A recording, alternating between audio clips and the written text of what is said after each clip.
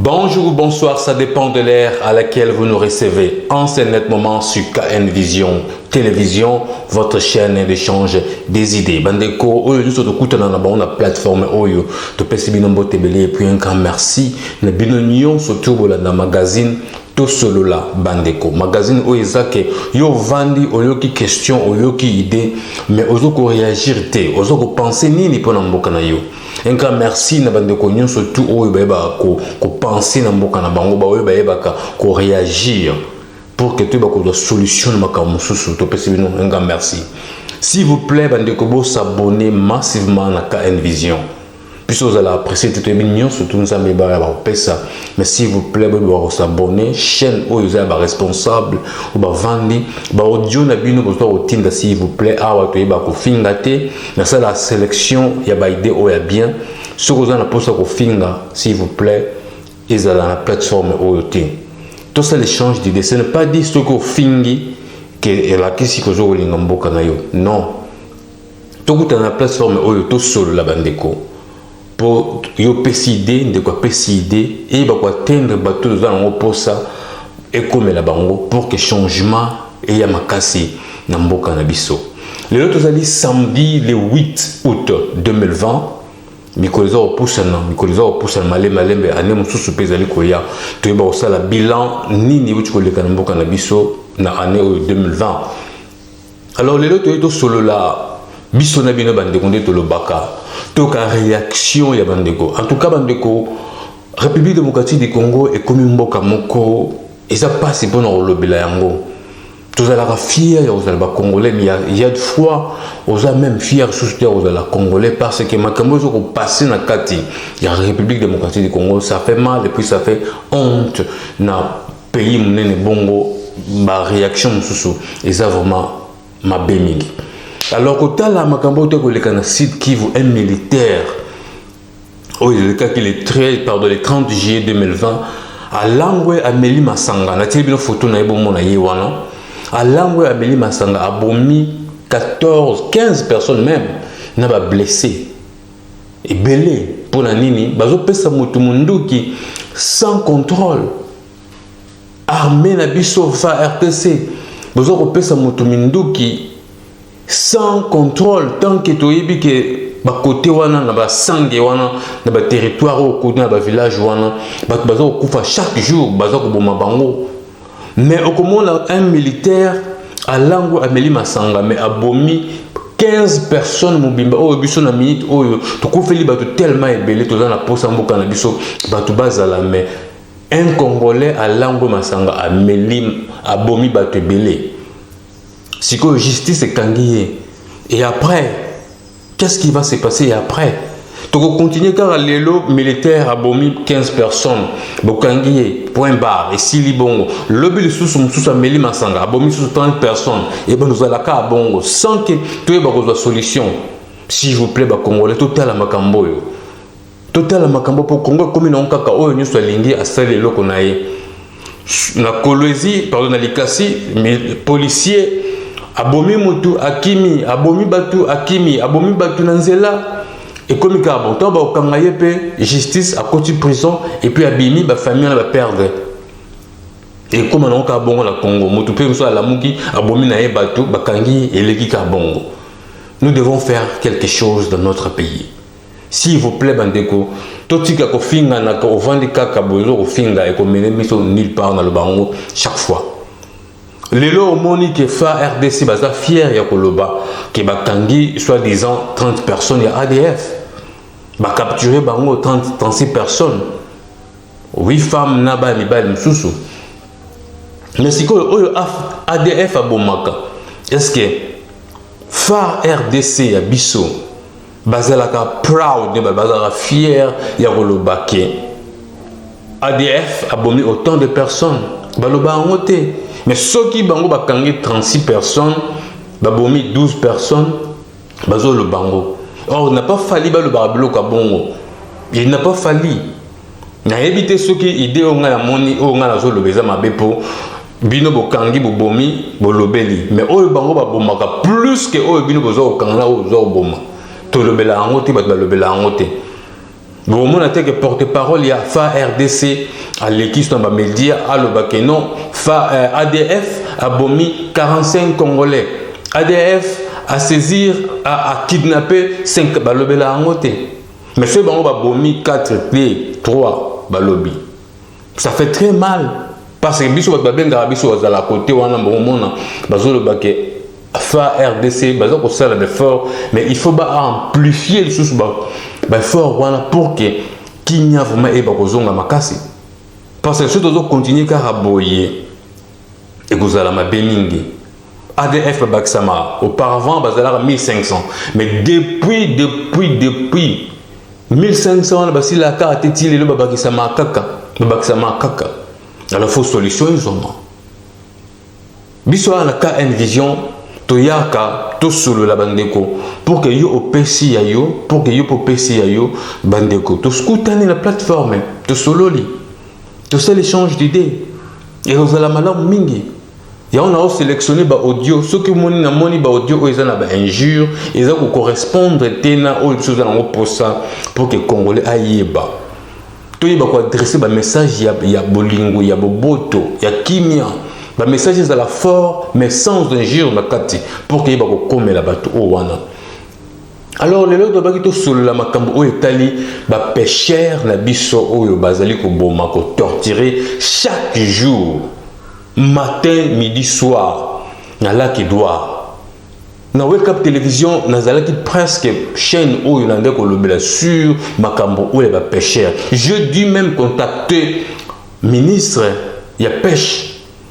Mais solution de Makakate. Pourquoi Congo est commis boyer? Un pays comme Ouganda, petit pays, ils ont un moustique à côté éléphant na zolo. Éléphant comme Kabaluka na c'est pour moi bimisa ezate.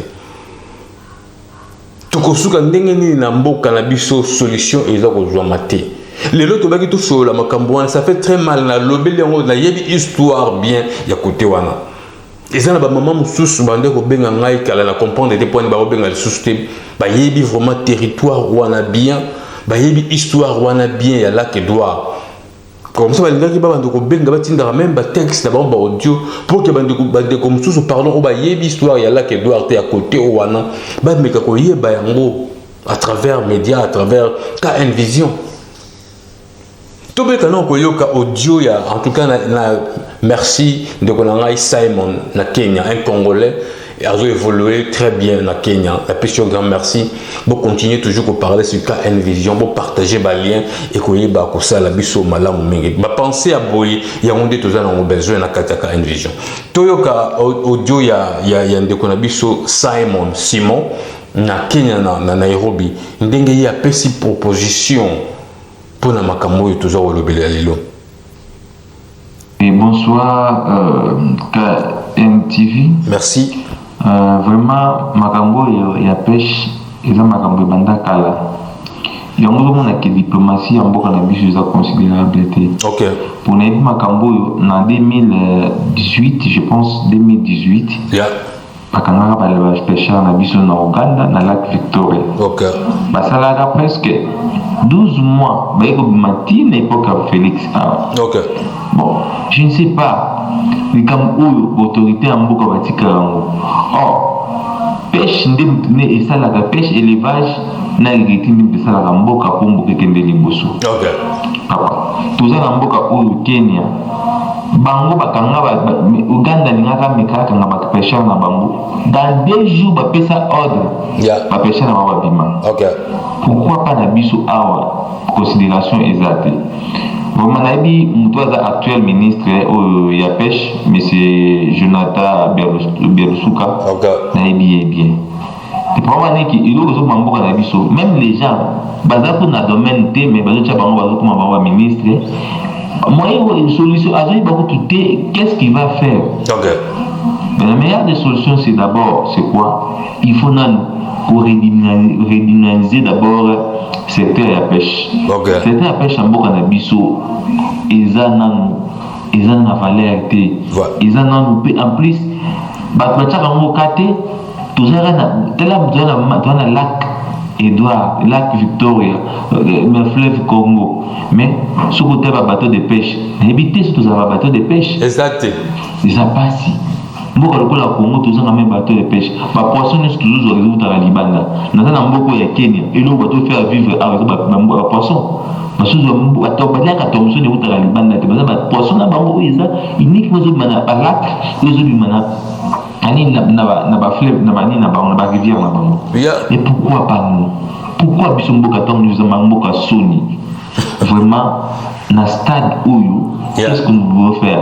Tout ce qui va il y a une négociation et là au tout aboutir. Il faut frapper. Il faut notre l'État à ça considérable. Diplomation diplomation mais pas considérer bisoté pourquoi Ouganda moi pays Ouganda monké ils ont quand va pêcher na biso en otage pendant 12 mois. Ce n'est pas normal. Vraiment solution nangai ezaki mais président de la République a mis le problème où dans le secteur de la pêche. Le secteur de la pêche n'est élevage. Toujours souffrir. Dernièrement, on a dit que na est na biso ba congolais bangombe na bango ba rwandais ba boteli bangombe. Est-ce que tout ça na pays ba rwandais na kata mboka na biso mo ba zo boteli ba biso bangombe. Est-ce que c'est normal? La commandé à faire des bateaux qui ont négocié pour que biso ba futa mbongo ba bangombe wana. Nous sommes dans quel pays? Nous sommes dans quel pays? Même biso toujours kokaté. Vraiment ngana ko préférer président de la République Atikaba négociation, il doit frapper. Il doit frapper comme le président Mobutu frappait toujours. Ce n'est pas normal. Ce n'est pas normal. Le logico pêche, mais c'est la pêche on a tiré. Le cas nous le bawana. Pour ça des missions, mais c'est comme si il y a l'absence de l'État. Vraiment, c'est que moi je vais vous demander. Le président de la République a la solution par ça. Vraiment, merci beaucoup. Je pense que la contribution dans l'année Yangwana, les Anglais, M. Simon, a venu depuis Kenya, précisément à Nairobi. Merci beaucoup. Voilà, Yango Bilo, tout ça, pour ça, na kati yaka Vision. Bande ko na tindara ba question chaque fois pour que to yeba nintu ko sala. Ndeni to ko sala. Tala ndenge ndeko uti ko loba ke bakangi ba Rwandais bakangi na bangombe ya ba éleveur congolais la kati ya Congo mais ba ye bakangi bango et puis ça la négociation pour que ba libérer bangombe. Moi qui vous parle maintenant ngai ndi na boy ngala mu Congo ngai ndenge na za boye soko toucher o ebengami famille nanga en tout cas c'est minga na kufa na defa même bandi ko nanga bayebi nga même bandi ko nanga bayebi makambo etali 100 na ngai pour ekende en tout cas c'est mieux que nga la kufi bandi ko nanga batikali soko bo bango lo banga na mona te nga la kufa avant ngwana ndenge na principe nga la vivaka. C'est comme ça qu'il faut défendre le pays Nabiso. C'est comme ça que Mutumo Karaye, Abimi, Accueilli, pêcheur au Lelo, Bazui Bango, 39 personnes wana au Lobela, Bazui Bango, la Ougandais, Marin wana Bazui Bango, Betty Bango, Kati Bango, Machette, torturer Bango à mort, et puis Bazui, relâcher Bango. Relâcher bango bozunga côté na bino et puis bazunga côté na biso to yambi bango peka bongo gouvernement silence radio mtalobele ngope azate lobeli susu ba okanga ba beti ba bomi ba boki bango susu ka bongo c'est comme si I don't know on dit baloba en anglais I don't know to yo kande ko mona Allemagne papa Mbingazo voilà papa Mbingazo en Allemagne il est parti d'aki audio na ye. En tout cas, ça fait très mal na ba bloc à boyer, ça fait vraiment très mal. Koyoka vraiment mboka na biso et comme nango vraiment c'est pitoyable. toute réaction, il y a une déconnaissance en Allemagne, ndenge pas le baki, comme ça, tu continues toujours dans la série audio. Merci. Bakonzi ya mboka oyo bato bakoki komona kosolola bango ezali ministre ya intérieur na ministre ya défense. Ok. Omoni bango wana bazosala nini? Kongo ekomi potopoto na bakutu potopoto ekomi obalobaka yengele passoire na français oyo akokota ndenge alingi abimi ndenge alingi wana mboka nini oyo ozomona ndeko congolais azali peuple oyo amoni pasi koleka bayindu banso ya mokili wana tokosolola ngo mokolo mosusu. J'ai des preuves. Merci. Beaucoup ezali balema bakomi baaméricain bakomi bato ebele bakomi baafricain et il y a beaucoup de preuves. Ok. Tomoni pasi mingi kino lelo oyo bwale ya congolais ya liboso ezali nini traite négrière congolais azaki na kati biso toza na kati biso ba congolais. Yeah. L'État indépendant du Congo, c'est-à-dire mboka wana Congo ezalaka mboka ya Léopold de Muyibi tata na bandit, un criminel, un génocidaire o balobelaka mote. Yeah. Aboma batone baboma batu koleka millions zobi tala pona caoutchouc pembe ya nzoku beaucoup de choses. Yami bale wana. Yami sato colonisation. Congolais moni passe. Yami oyo ya tumbo et salamaka dans les années 90 au ba congolais ba kufi koleka millions zomi kino lelo batu batalela kango pete baloba kango pe mingi te. C'est un problème sérieux. Alors pour la construction ça ministre des affaires ministre de la défense, okay. La ministre de la défense, ministre de l'intérieur, je dirais même ministre de l'agriculture et pêche. Bangonde batubasatona, bangonde balali, tu vas appeler la kati ya poluso wana, ya maele mabe wana, bazape na kati. Bakoki kozala pe na kati poso bazo ningana te elingolo ba ils sont si complices na tiki ondeko makanisi eza malamu ya yo ana bosana ko peso kombo ya ko na ngambinga zo na fanja wana Allemagne. Bye bye. Voilà ezala aboye na kati ya KN Vision papa na biso mbingazo un grand merci et Michel zo ya bientôt là ezokota kalate yeba ko partager ba lien pour que bande couper ba yeba message bande ko ba s'abonner na kati ya KN Vision pour que batonyo surtout ba yeba ko tinda ba avis na bango. C'est comme ça yo tindi nga pena tindi to soinité mais to ça l'échange des idées na kati ya KN Vision ndenge ndeko na biso ya Allemagne. En tout cas un cas merci papa na biso de rote koloba to continuer toujours ko yoka ba réaction ya bato ngai vraiment naza contre biloko parce qu'on a beaucoup parlé. On a beaucoup parlé. Toute la réaction, il y a papa aux États-Unis, papa Kakuji, Dengalobaki. Bonjour, NK Vision. KN Vision. On tue nos pêcheurs sur le lac Édouard. Les Ougandais tuent et chassent nos pêcheurs sur le lac Édouard. Yeah. Au nord Katanga, les Zambiens tuent et chassent tout le monde, y compris nos militaires. Yeah. Ça veut dire quoi?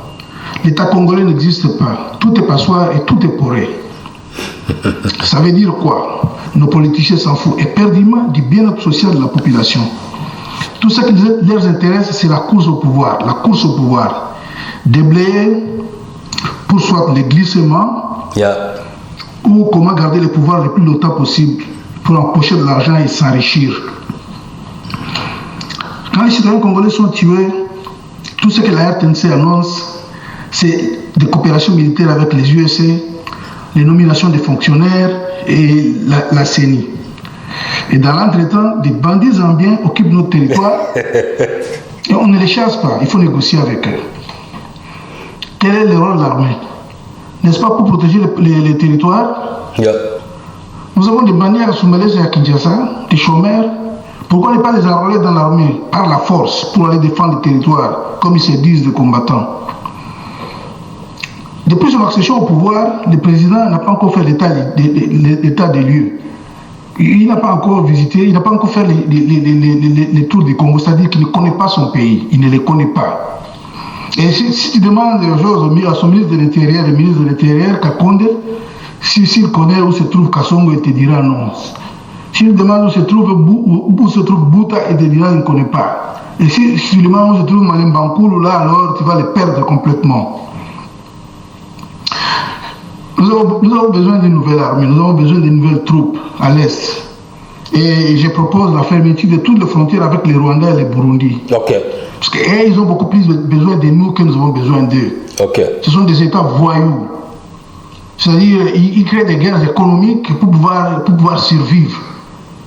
Et c'est un peu ça. Vous savez, à l'époque, à Kalemi, comme à Vichumbi, sur le lac Édouard, là, dans le parc national, il y avait des pêcheries professionnelles. Parce que moi, j'ai vécu à Vichumbi, j'ai fait plus de 4 mois là-bas, en 1979, durant la guerre de l'Ouganda contre la Tanzanie. Je connais les lieux. Il y avait des pêcheurs professionnels là-bas, comme à Kalemi. Mais pourquoi est-ce que l'État ne s'intéresse plus à créer cette pêcherie professionnelle pour qu'on ne puisse plus dépendre de poissons qui viennent, je sais pas, de la Namibie ou des pays scandinaves? Je pense que nous avons un vide à la tête du pays. Nous avons un vide à la tête du pays. C'est ce que j'ai toujours proposé, c'est qu'il y ait une fédération. Nous devons avoir une fédération. Parce que le fait de centraliser tout à Kinshasa, ça profite à ces grands voleurs qui sont là-bas. Parce que tout ce qu'ils savent, c'est mettre l'argent dans leur poche et puis c'est tout. Le reste ne les intéresse pas. Et c'est nous qui les avions mandatés là-bas. Nous devons faire tout pour les faire partir, pour qu'ils sentent que nous devons faire ça. Tous se disent des combattants là, en Belgique, en France, en Allemagne, en Afrique du Sud, je ne sais où. Nous devons nous réunir pour pouvoir faire quelque chose pour le pays. Sinon, ça va de mal en pis. Okay. Nous avons un vide à Kinshasa. Ils reçoivent leurs instructions de l'extérieur, de nos ennemis. C'est ça leurs amis. Eh ben, c'est un peu ça. Ok, Kelly. Bye bye. Voilà, bande kuyaka Envision, on est allé papa Kakuji na États-Unis, na New York. Il faut comprendre l'émotion. Si Moutazo le baboye, si quelqu'un parle comme ça, donc il a vraiment la pour sa solution et on ne peut pas se laisser faire. C'est comme si Moutakoti na Katanda Kunayo a comme saccager tout et vous vous croisez les bras. Abimi Pakei. Mutakoti nanda kunayo a violé bananayo a bouki a binembo vandika kaboy et ça fait très mal. Il y a des fois tu comprendre que si quelqu'un a le bavement boy a ça na émotion vraiment la carte ça fait très mal au moment la mukolo vraiment vendre un peu à l'étranger et là fallait vendre en boka mais quand la condition où ils ont vraiment réunité ça fait très mal. Et on voit qu'il y a des fois speech discours à boyer il faut Congolais apprendre à révolutionner il faut Congolais apprendre à stand up il faut Congolais apprendre à téléma Congolais pour que tout le belé là tout tika nous sauter à la centraliser na Kinshasa ne papa za koloba papa lobby système il y a fédération et le fédéralisme pardon et ça mieux pour le nord qui voit un message gouverneur à Zoloba, ministre Tiki na gouvernement central. Vous pouvez vous organiser aussi là-bas. Il y a armées zaliwana, policiers bazawana. On peut s'organiser pour que Makambo ici là.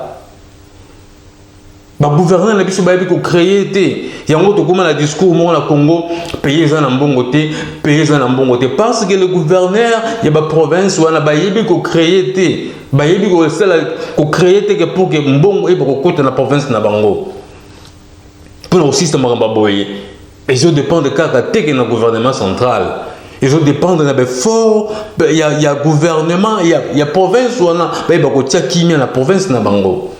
Mais nous on a tout et comment on est kaka na Kinshasa parce que biso mo pété, tu dis qu'on doit prendre en charge.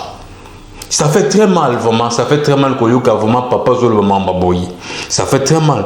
Toyoka audio ya ndeko na biso moko na Uganda Richard, il est pas le barabien, il a beau parler, Toyoka. Bonsoir, moi c'est frère, moi c'est Monsieur Richard. Merci. Je reviens encore sur le problème de la protection des Congolais. Yeah. Ça c'est quelque chose qu'on doit maintenant mettre que ce soit la priorité de tout le président maintenant, parce que d'abord, comme les Américains disent, American first. Yeah. Nous on doit dire Congolais first. Donc, c'est-à-dire Congolais en première position dans son pays. Donc, quand on touche un Congolais, on doit arriver à ce niveau. Quand on touche un Congolais, toute la nation, ce n'est plus, on doit éviter maintenant de mort au Congo.